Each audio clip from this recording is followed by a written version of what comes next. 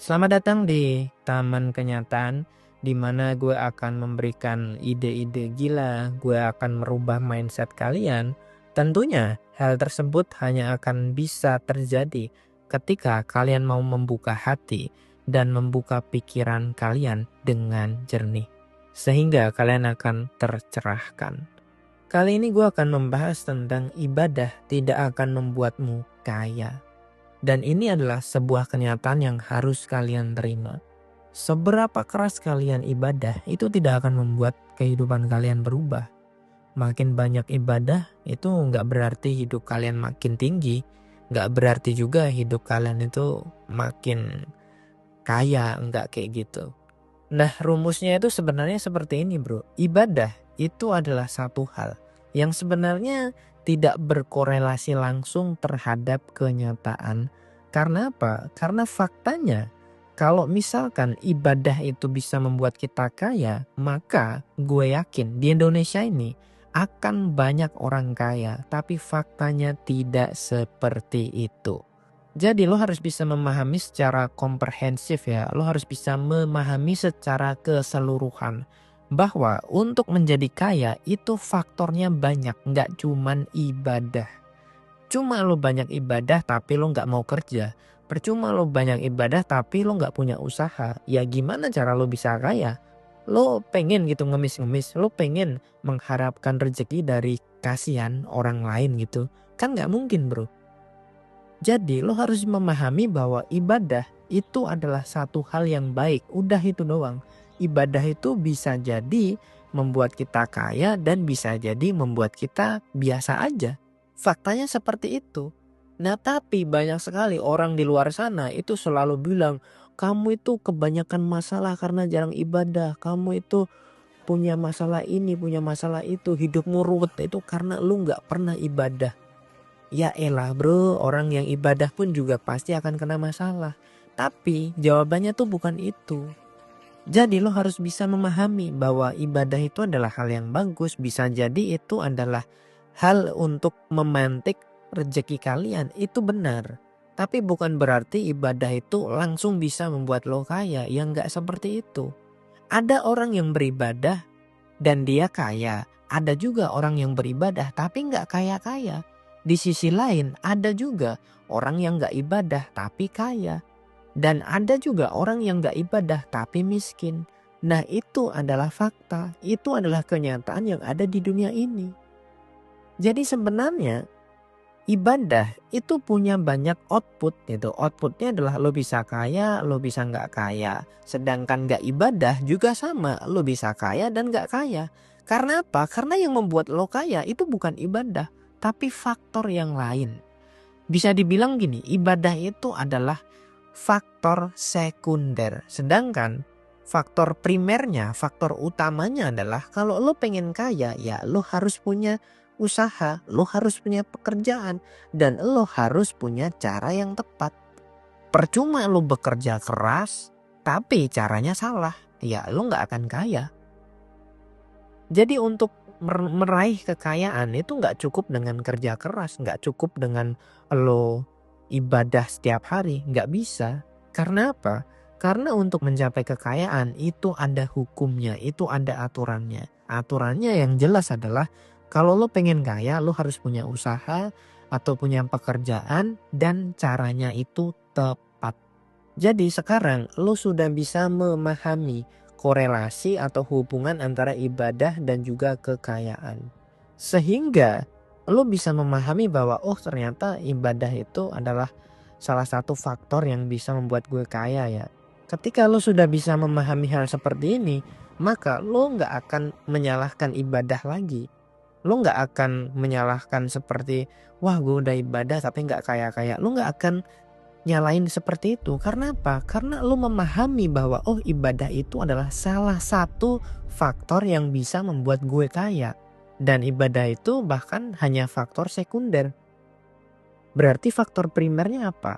Berarti apa ya faktor utama yang bisa membuat gue kaya? Oh ternyata faktor kekayaan, faktor primer kekayaan itu salah satunya adalah pekerjaan, usaha yang tepat, dan juga cara.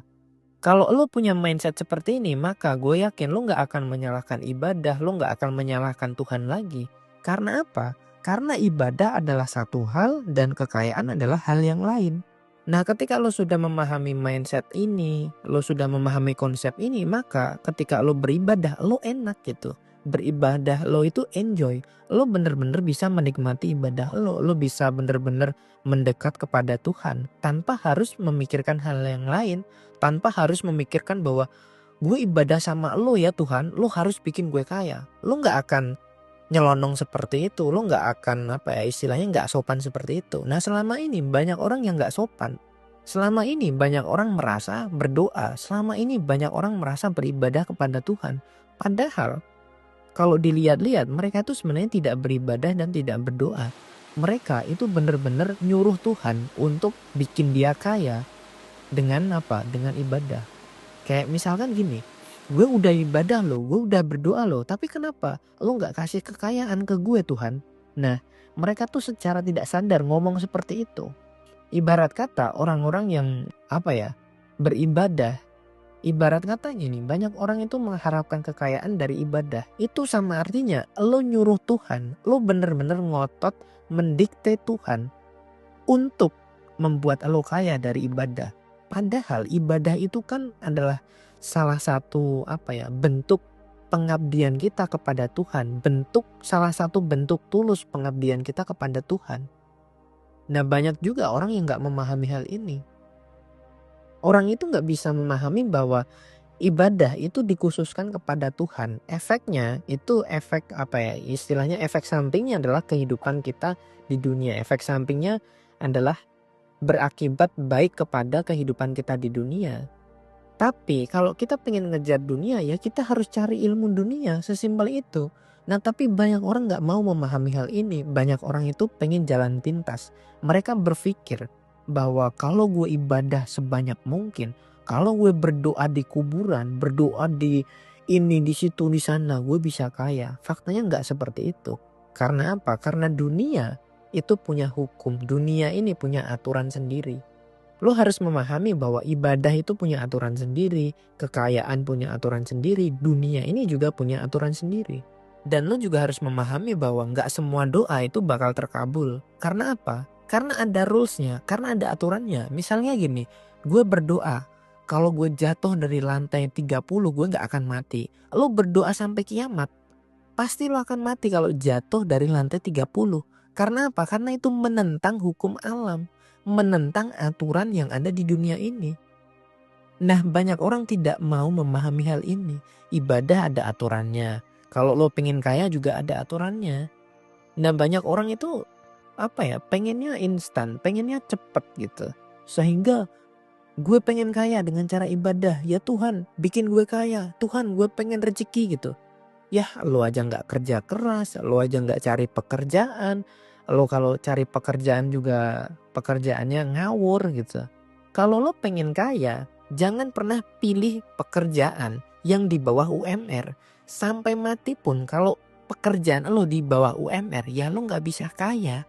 Makanya gue bilang, kalau lo pengen kaya, caranya itu harus benar. Ada usahanya, ada pekerjaannya. Kalau lo salah pilih pekerjaan, sampai mati pun lo gak akan kaya bro. Wah, berarti hidup itu sulit ya bro. Hidup itu sulit kalau lo gak bisa menerima kenyataan. Kalau lo sudah bisa menerima kenyataan, hidup lo gak akan sulit. Misalnya gini, lo pengen kaya, oke, gue kasih tahu caranya. Caranya itu tadi. Sekarang pertanyaannya, lo mau gak melakukan hal itu? Wah, gue udah terlalu tua bro, gue kayaknya gak punya kesempatan. Ya udah, kalau lo sudah bilang seperti itu, otomatis itu menandakan bahwa lo pesimis. Itu menandakan bahwa ya udahlah, lo sudah menerima kenyataan, lo sudah menyerah. Artinya next stepnya lo harus pasrah, lo harus menyerah, dan lo harus mencoba berdamai dengan kehidupan lo. Karena apa? Karena lo sudah menyerah. Tapi kalau lo masih muda, kejarlah itu. Gue tadi bilang apa? Kalau lo pengen kaya, cari pekerjaan yang sesuai dengan target lo. Lo pengen kaya, lo pengen punya penghasilan misalkan 10 juta per bulan. Cari pekerjaan yang punya penghasilan 10 juta per bulan. Cari itu, pekerjaan itu di mana, lo cari, kerja keras sampai lo bisa masuk ke situ. Nah, kebanyakan orang itu telat menyadari hal ini. Kebanyakan orang di usia 30, di usia 40 tahun baru sadar bahwa apa yang dia jalani selama ini adalah hal yang salah. Sehingga di sisa umurnya ya udah dia hanya pasrah aja gitu. Dia sudah nggak punya tenaga, dia sudah nggak punya kenyataan, ya udah dia hanya menjalani hidupnya. Dia seperti apa ya? Ibarat kata orang hidup tapi hatinya sudah mati. Orang hidup tapi semangatnya udah nggak ada. Karena apa? Ya karena dia sudah memahami dunia, dia sudah menyesal bahwa ternyata selama ini apa yang gue lakukan itu salah gitu. Dan memang penyesalan itu sangat menyakitkan, bro. Benar-benar sangat menyakitkan. Jadi kalau kalian masih muda, kalian beruntung bisa menemukan channel ini. Dan bagi kalian yang mungkin usianya udah uzur atau usia kalian sudah tua, ya mari kita memaafkan atas apa yang telah kita lakukan di masa lalu. Dan kita mulailah untuk menerima kenyataan hari ini. Ya gue sarankan ya marilah kalian memaafkan diri kalian di masa lalu, sehingga ketika kalian tua nanti kalian itu gak akan banyak penyakit baik fisik maupun mental. Maafkanlah diri kalian sering-sering gitu. Jadi ketika kalian ibadah, cobalah kalian itu memaafkan diri kalian sendiri atas kesalahan di masa lalu. Cobalah untuk menerima kenyataan. Cukup untuk istilahnya apa ya, marah-marah di dunia ini ya, di sisa hidup kalian ya gue sarankan sih kalian ya istilahnya banyak-banyak ibadah untuk memaafkan diri kalian sendiri. Carilah apa ya, kerendahan hati untuk bisa memaafkan diri kalian di masa lalu. Karena itu jauh lebih penting daripada hal-hal di dunia ini. Maafkanlah dirimu sendiri dahulu, maka lo akan mendapatkan pencerahan, maka lo akan mendapatkan rezeki yang tidak disangka-sangka. Kuncinya, coba maafkan diri lo sendiri. Gue yakin siapapun orang yang memaafkan dirinya sendiri sampai dirinya ridho. Kebanyakan orang itu apa ya, rezekinya tersumbat karena dia tidak sinkron sama dirinya sendiri. Anggap aja di dalam diri kita ini ada dua orang ya, yaitu kita dan juga hati kecil kita. Tapi kalau lo sama hati kecil lo itu sinkron, rezeki itu akan terbuka dan mengalir dari tempat yang tidak disangka-sangka. Jadi maafkanlah diri lo, cobalah menerima kenyataan, coba berdamai dengan diri lo sendiri. Jadi caranya sebenarnya sangat simpel dan sederhana ya kan. Lo abis ibadah ya kan, lo bisa elus-elus dada lo dan lo bisa bilang bahwa saya akan mencoba memaafkan diri gue. Atau lo membuat perenungan sendiri sambil lo mengelus dada. Coba rasakan ya kan, coba lo flashback ke belakang gitu sama masa lalu kalian, coba flashback gitu dengan keputusan-keputusan kalian yang dulu gitu. Cobalah kalian itu melihat ke masa lalu sampai kalian itu bisa terenyuh, sampai kalian itu bisa nangis. Coba kalian bayangkan gitu.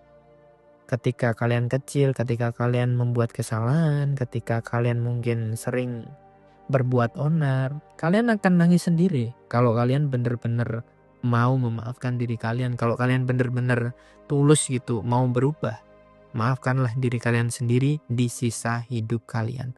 Sampai jumpa di video yang berikutnya.